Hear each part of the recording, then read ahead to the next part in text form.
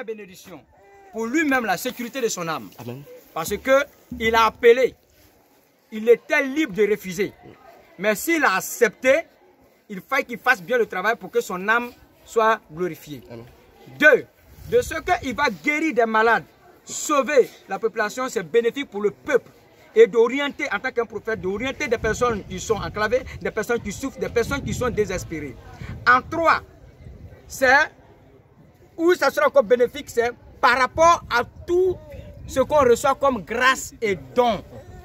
C'est bénéfique sur le plan physique pour lui.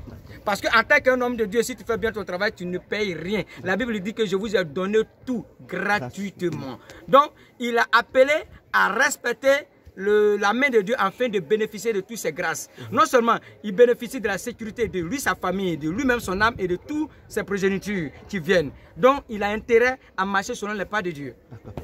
Cette confédération, n'est-ce pas, donc des églises, il y a un certain nombre, n'est-ce pas, donc de pasteurs qui bottent cela, n'est-ce pas, donc en touche. En clair, vous, leaders ecclésiastiques, membres, n'est-ce pas, donc de cette confédération, vous répondez quoi à ces détracteurs? Et aujourd'hui, cette grâce m'a été donnée pour dire que on ne pourra rien faire de notre propre force. Je demande que tous soient unis parce que la Bible dit quoi? Vous êtes un. La tête ne peut pas dire à l'oreille, je n'ai pas besoin de toi. Et aujourd'hui, à cause des biens matériaux, on se poignarde dans le dos. On ne reconnaît pas l'existence de l'autre. Or, dans une nation, on a besoin de se mettre ensemble afin de faire face aux difficultés, aux aléas qui surviennent. Notamment en Côte d'Ivoire, on a plus de 7 fédérations. C'est de mettre toutes ces fédérations en une seule fédération pour que si l'État ivoirien a besoin des hommes de Dieu qui se réfèrent d'une fédération, d'une confédération pour avoir accès à tout le monde. Mais aujourd'hui, c'est dommage en Côte d'Ivoire. Les Ivoiriens ne savent pas se mettre ensemble. Et ce qui laisse la main de l'ennemi à rentrer dans le ministère. Et ce qui enclenche le non-respect le titre que nous avons eu de la part de Dieu. C'est-à-dire l'honneur que nous recevons de Jésus-Christ. Nous sommes des autorités spirituelles, mais on constate que tout est bafouillé parce que nous travaillons de façon anarchique. Il y a le non-respect de l'autorité. Non, le respect de l'autorité, du désordre. Donc la confédération des églises est arrivée pour mettre de l'ordre dans ce corps du Christ là. Nous sommes là pour mettre de l'ordre, pour dire qu'on peut désormais travailler avec unité de foi, unité d'esprit, unité de chair et de corps. Effectivement, je reviens là-dessus. Aujourd'hui, par rapport donc, n'est-ce pas, à ce qui se passe en Côte d'Ivoire, la crise post-électorale, quel est votre appel, n'est-ce pas, à l'ensemble des hommes politiques? C'est dommage. Moi, je suis écœuré parce que j'ai constaté qu'en Côte d'Ivoire, les leaders politiques ne font pas confiance aux hommes spirituels. Ça, je déplore cela. Et ça me fait mal. Ils ne font pas confiance aux guides spirituels. Parce qu'un guide spirituel, c'est la sagesse. Un guide spirituel, il a le réma. Ça dit quoi? La révélation de ce qui vient. Mais quelque part, moi, je ne les accuse pas.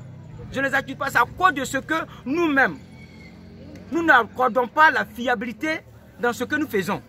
Sinon, en temps normal, ce qui arrive à la Côte d'Ivoire, c'est les hommes de Dieu. Les hommes de Dieu, ils se mettent ensemble. Et puis, ils font asseoir les leaders. On leur parle. Et ils acceptent. Vous comprenez? Ça ne devrait pas nous arriver. Mais de ce qu'on ne nous considère pas. Nous-mêmes, chez nous, il y a du désordre. De moment il y a du désordre, qui va nous écouter? Absolument.